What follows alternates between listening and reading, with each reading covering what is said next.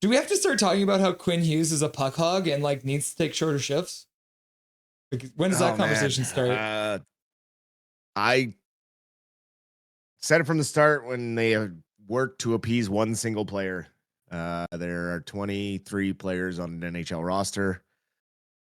I get he's a great hockey player, but oh man, I honestly don't know what to say. That was tough to watch. Okay, so Dustin, look at this. I'm gonna pull this up for everyone to look at because, like, right now, I am not mad at anyone else other than Quinn Hughes. Right? Like, I get it. He's our best player. But if you don't have legs because you're taking this kind of shifts, look at this. His first shift of the game is a 2 minute and 30 second shift. In what league do you take 2 minutes and 30 seconds? Right? A minute 39 for his second one. 250 in the first period alone. He had 3 shifts that were 2.5 minutes long. Why in God's name in the first period in a tie game are you taking 2.5 minute shifts? I don't care if you're goddamn Wayne Gretzky, Mary Lemieux, it doesn't matter. Quinn Hughes needs to get his damn ice time under control because Foote is apparently a little bitch who doesn't know how to control his players. Look at this, 324! 324 is half the amount of time that Amon got in the entire game. Quinn Hughes burned that in one damn shift. He ends up playing 30 minutes. And if you broke that down, it only ends up being, what is that? It ends up being 6 shifts in the first, 5 shifts in the second, 8 shifts in the third period. He's averaging in this game. What is that? Does it give us an average here? Average shift was 1.5 minutes. Quinn Hughes can fuck off. I said it. I might be the first one to say it. Fuck Quinn Hughes, man. I don't give a shit. He's our captain, swear jar. Get off the ice. You can't do things if you're exhausted. We just listened to Adam Foote talk about how we got to monitor Pettersson's minutes. Because if he takes a long shift, then, man, like, he needs extra rest. Well, that doesn't seem to be happening with Quinn Hughes.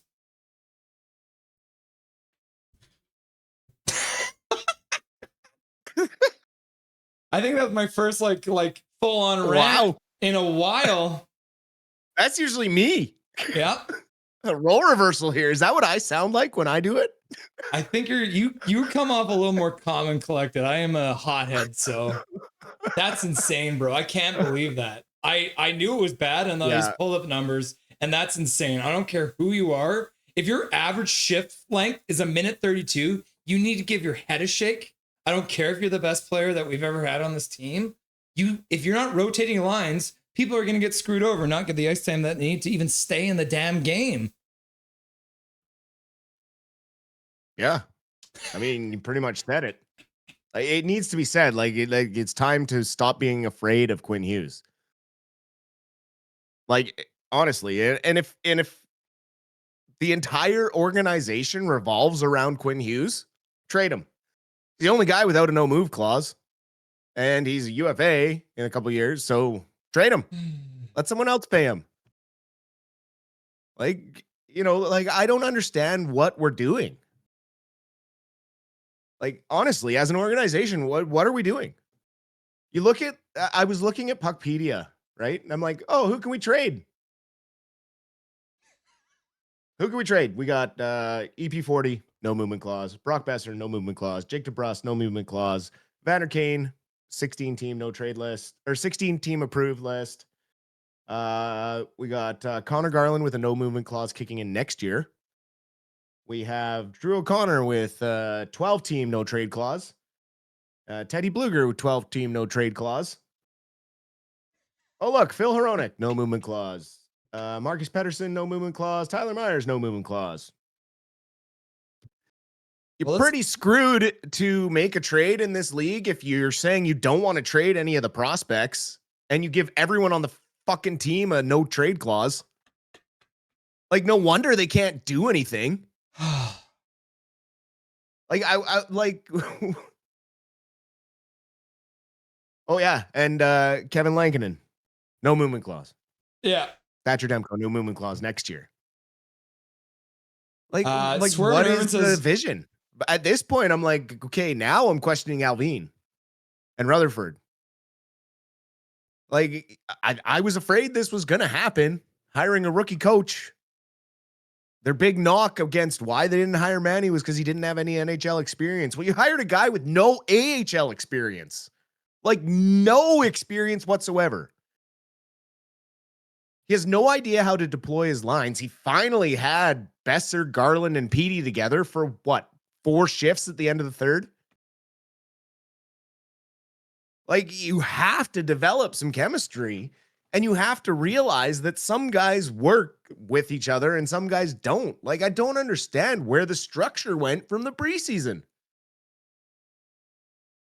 well, they were playing AHL teams in the preseason, which is easier to deal with, right? Like, Swerve and Irvin donates 279 say don't blame Quinn for this crappy team build. And I'm not blaming Quinn for the crappy team build, but I'm saying with the tools that we have, by staying out there for an average of a minute and a half, that's literally double what a normal player would take. You were staying out there for 2 full shifts, right? So I've pulled up now. I've got the time on ice here for the Oilers game right now. And I'm going to scroll on down to Mr. Connor McDavid, who is the best player in the league by far, no doubt, right?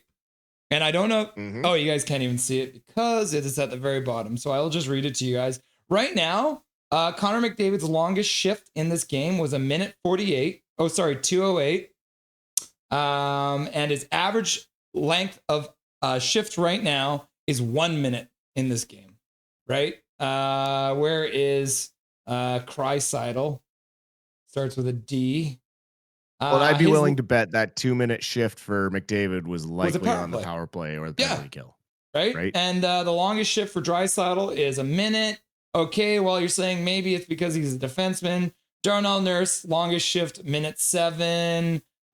Who else is a big one for them? Bouchard, longest shift, 53 seconds, right? So I understand where you guys are coming from. Like, I'm not blaming Quinn Hughes for this loss, but I'm saying that Quinn Hughes, as a hockey player, needs to go all the way back to Timbit hockey and remember that if you take a long shift, your coach is going to bench you because you can't be productive if you're taking those long shifts. I do agree with what Foote said about, it does take longer to recover from long shifts. That is true, but there is nothing controlling Hughes. Hughes does whatever the hell he wants. And I'm getting sick of it now because I'd rather have Hughes at 110% for a minute on a shift rather than Quinn at 100% for like a minute and then like half-assing it for a minute and a half, like a full minute and a half after that. Yeah. Well, I don't know if this is some sort of weird tough love tactic from like Rutherford and Alvin and using Foote as a scapegoat. And they're like, yeah, we gave you the coach you wanted. Right. And then turn around, fire Foote and hire somebody else. I don't know I don't know what they're going to do. Honestly, I'm at a loss. Cause when you look at the flip side, Philip Hronek's average shift, 53 seconds, and he had 28 shifts today. That's the thing. Even if you just do shorter shifts, do more short shifts. Out there for 45 seconds to a minute, get off. Out there for 45 minutes. And that's the thing. And then I thought this might happen eventually, but when Tocchet was coach before Foote, he was all about like 30-second shifts, which I think was too far the other way. But that's happy medium, right? 45 seconds to a minute, depending on how hard it is. If you're digging in the corner for a full minute, then you're probably going to get off right away. Or even if it's 30 seconds, you get off right away. But if you're out there on the power play, you can be out there for 2 minutes. That doesn't matter. Poll question today was, does EP40 get the most ice time out of all the centermen? 39% of you said yup. 21% said nope. 18% said maybe. And 22% of you said, who knows? Foote is wild. Well, I can confirm that EP40 did end up getting the most out of all the centermen at 20:45. So we did get what we wanted, at least from that. And EP40 getting 20:45 on the clock today. Was there anything we liked about this game? Was there anything Sasson? We can talk about how Sasson steps into the role And that whole play started off like Linus Karlsson doing what Linus Karlsson does. Takes the puck from 2 Nashville Predators, outlet pass the Assassin, and between the two of them, they've got 5 points, and they've only played a combined 6 games. Yep. So why are we playing them as little as we are? I don't know, man. Why did we break them Assassin up? got 12 minutes today. Why Karlsson got 9:51. Why'd we break them up? Like, why'd we break that lineup? Just to put Besser and DeBrusk back together to do absolutely nothing all game? And then as soon as Besser's away from DeBrusk, he's got more energy and he's going. Like, oh boy. A lot of questions need to be asked. And like, oh. Yeah, get you guys, if you have any questions for me and Dustin, throw them in chat. We're happy to answer them as we go here, because I don't think we have a lot of good to say, and I don't want to harp on all the bad stuff, because it's like last year where we got to a point where we're just beating a dead horse, right? Like, let's pull up the plus minus like we did last game. Look at this. Oh, so first off, face-off wise, Ratu was 60%. Pettersson was 50%.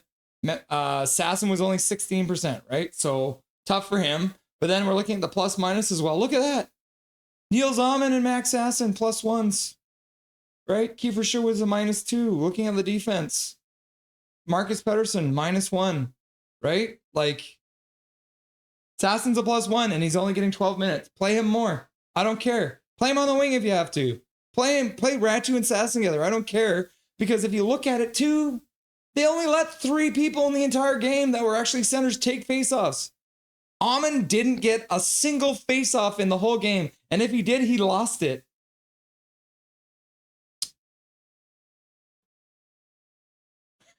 Yeah. I mean, the Vancouver Canucks also now 24th in the league on the power play at a whopping 17.4%. Why the hell doesn't Quinn have a no movement clause contract anyways? Yeah, I don't know. It's because he signed it when it was like a bridge deal, right? So for Quinn, he didn't. Yeah, he signed it didn't before he broke out. Yeah. I'm looking for questions from the viewers here. I mean, they're probably just as speechless as us. That's a tough one. Yeah.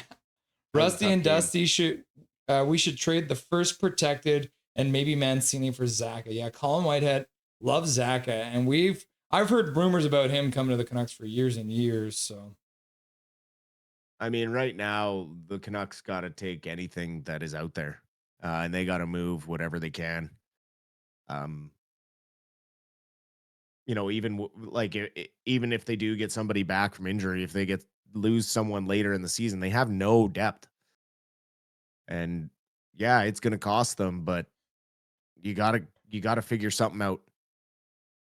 And I don't know what the answer. I honestly don't know what the answer is. There's been a serious mismanagement of assets in the skill category in the last 3 years. You know, you look at guys that have moved on from this team or have been moved, and you question certain decisions made because of coaches' opinions on players, especially coaches that, you know, now we're seeing are having the same issues at their new home in Philadelphia that they had here. And surprise, surprise, not a lot of people are happy about it over there. No. And tonight looked a lot like Talk It Hockey. You know, scramble from behind. It's like, yeah, they got 7 shots in the third period, but I think 5 of those were in the last 4 minutes. Yeah. Right? Like there wasn't the type of urgency that's needed because we're only down 1 goal. It's like, oh, hope they make a mistake. And how many grade A chances does Drew O'Connor have to get and not score a goal to be taken out of this friggin' lineup? How did he get a no movement clause? How's he so important that you need to sign him with a no movement clause? Like, what? Am I on glue? You might be. How did he get extended? He literally played like 10 games for his last season and got extended for some reason. With a no movement clause. Like, why? Like, is Alvin really that? Like, is he losing it that bad again with agents? Like, or is like, has this organization fallen off that far that to get him to stay like that? I'm starting to question a lot of things because there's not a lot of answers. Jake Stakes Hockey says a lot of the blame has to go to Foot. He's probably the one deploying Hughes and relying on him way too much. He's probably told to extend his shifts and try and carry this team. Laugh out loud. You're not wrong, right? Like, that's the thing is it's all Foot and Quinn. That was the whole narrative in the summer when the coach thing happened. It was about keeping Quinn happy, and Quinn loves Foot, so we're gonna hire Foot. But I don't know how long he's gonna love him. This is the way the games are gonna continue to go. Well, Gary Wiseman with the question in chat: will Foot get the boot by the new year and Manny get his job? If the deployment continues to trend this way, let's not forget that his deployment was still questionable when we were healthy. We were getting lucky to win a couple of those games. We haven't seen the good, like, dominant hockey that we saw in the preseason. Like, since game 1 of the regular season, we've been questioning this team. The wins have been like gritty, gutted out wins the last couple where, yeah, they have an excuse of all the injuries. But these last 2 losses, even with injuries, if you deploy your lines the right way, you can insulate a lot of issues. And the paper move with Mancini is a big mistake. It forced Pierre-Olivier Joseph into 2 games, and he looked just terrible. I would say, and game 1 he looked terrible. Game 2 he looked less terrible. But pardon? Still game 1 he looked terrible. Game 2 he looked less terrible, but still terrible. Yeah, well, I mean, that's probably why Quinn had so many more minutes, because they don't trust him out there on the ice, right? And I kind of mentioned it to you, like, they probably wish they didn't make that move. Mike Torrance saying, where is our scoring? Well, no one's being put in a position to succeed offensively right now. It's all about defense and trying to capitalize on maybe the other team making a mistake or not. And if the other team doesn't make a mistake, we're really struggling to generate chances on our own. And, the power play has zero confidence. It's starting to spread like a disease. Even Myers, who has been shooting the puck more confidently, there was a moment there late in the game where looked like he had a lane and he just stopped and gave it back to Quinn. And it's like, just shoot. Like you were at the beginning of the season and you were in preseason. Like, all the defensemen were jumping in and shooting. It wasn't just the Quinn show. And now the regular season started and suddenly it's the Quinn show and no one else gets to touch the puck. Or if they do, he's shooting it in their feet. Like, passing it into Hronek's feet on out breakout passes. And or like Hughes and Hronek in the corner together, giving the puck away to Ryan O'Reilly, the oldest player on the Nashville team, right? Yeah. Mrs. German Canucks, I'm going to ask Mr. German Canucks why he woke us up this early. I'm sorry, Mrs. German Canucks. I apologize if it was me who woke you up with my yelling. And German Canucks is like, I just want some hope.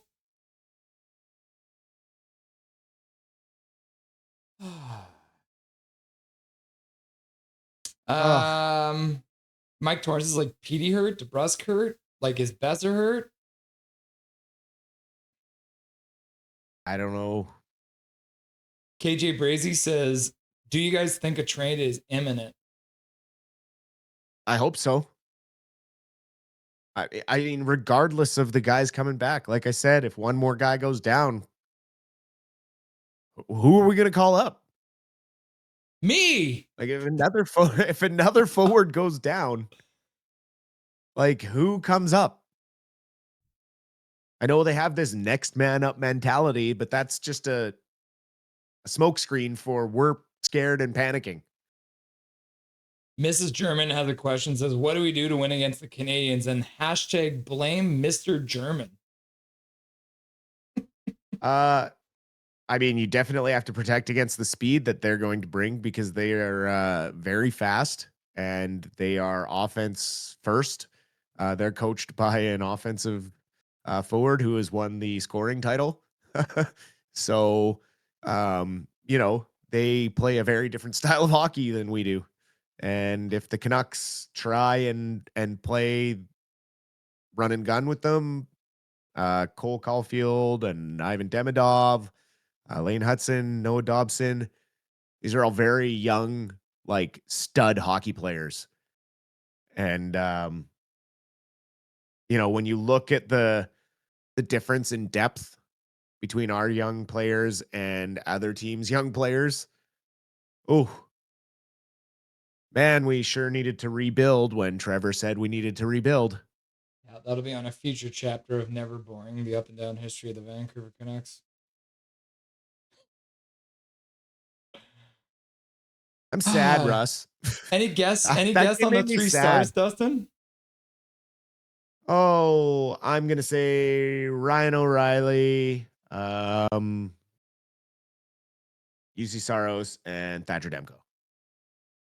Oh, they didn't even give us Demko. C. Smith got it.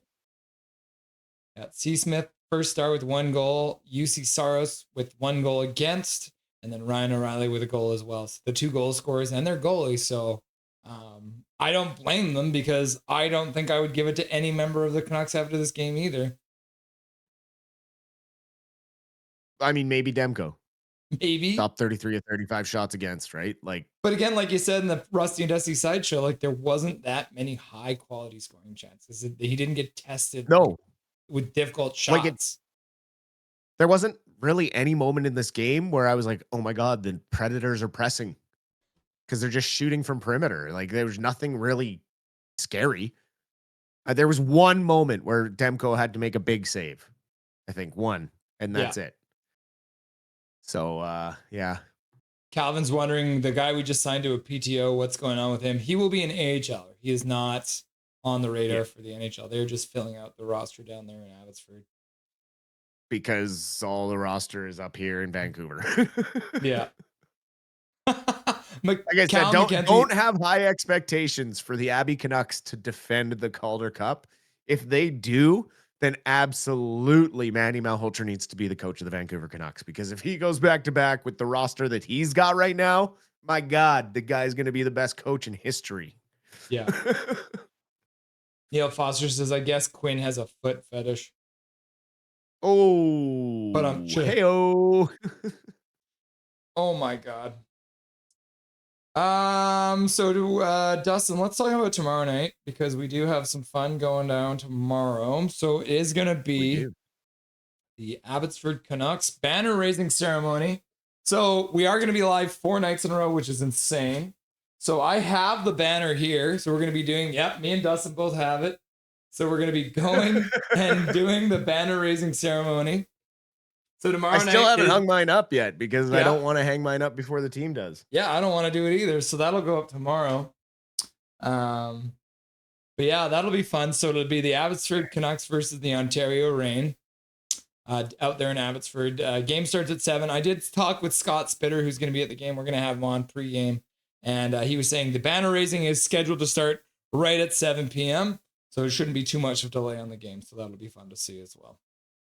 Perfect.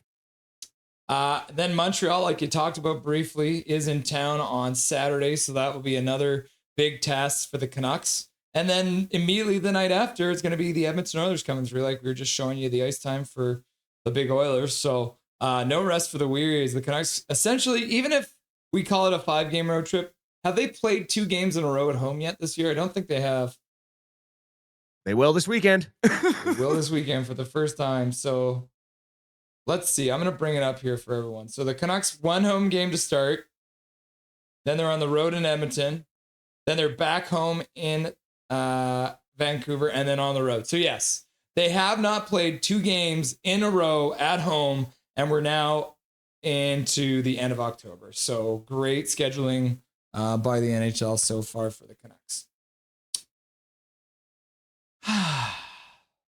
Do we have anything good to say? Like, do we have hope that maybe Bluger gets back for the Montreal game, or are we excited just to see the banner go up in Abbotsford? I think the excitement is the banner going up in Abbotsford. Man, I'm really curious to hear the post-game comments from Foot and the other players. And we will have to see what sort of media availability comes when they're home on Saturday. This might change the poll question that I have listed on my community page right now. We are live 4 days in a row. What stream are you looking forward to? Nashville is actually winning with 29%. So that might change now in the next couple of days because I'll leave this up. And then we got the Friday night game against the Ontario Reign for the Abbotsford Canucks, and then Montreal. And then I should also notice, everyone who hasn't noticed yet, Sunday is a literal Canucks doubleheader. We are going to have both the Abbotsford Canucks and the Vancouver Canucks game that day. So very busy weekend. Dustin will be here for the majority of it because he's an absolute saint. Is there anything you want to say to chat before I let you go? Oh, chat, don't let this ruin your weekend or the rest of your week. It was never going to be an easy season, regardless of the good or the bad, what Foot is trotting out right now. There was going to be growing pains. It's just tough because as we approach that 15-20 game mark, there's some trends that are alarming. So we will keep a close eye on them for you guys and try our best to analyze it in a way that makes sense. But I think even the guys that do this day in, day out and grind are starting to be at a loss for answers. So, when you watch a lot of the analysts right now, I mean, they're grasping at straws as well. So, if you feel lost as a Canucks fan right now, you're not alone. But you'll always have me and Russ. We're going to be here for you all weekend. And you know what? We appreciate you, appreciate your questions, appreciate your comments, and hope we see you all next time. Thank you very much, Dustin, for all your hard work that you do and for being here for me and taking some of the load off, because this is a lot to handle right now. And I'm glad that I have you to support me as the Canucks like to poop the bed in front of us for the last couple of weeks. Oh, likewise, man. I appreciate everything you're doing. You're doing a great job. The hard work doesn't go unnoticed. I know Chad appreciates the quality of the production that you put forward, and I certainly do as well. So Cool, look forward to tomorrow night and the banner raising and a busy weekend. Cool, brother. We'll talk to you then. Enjoy the rest of your Friday night. You too. Cheers. Nothing is perfect.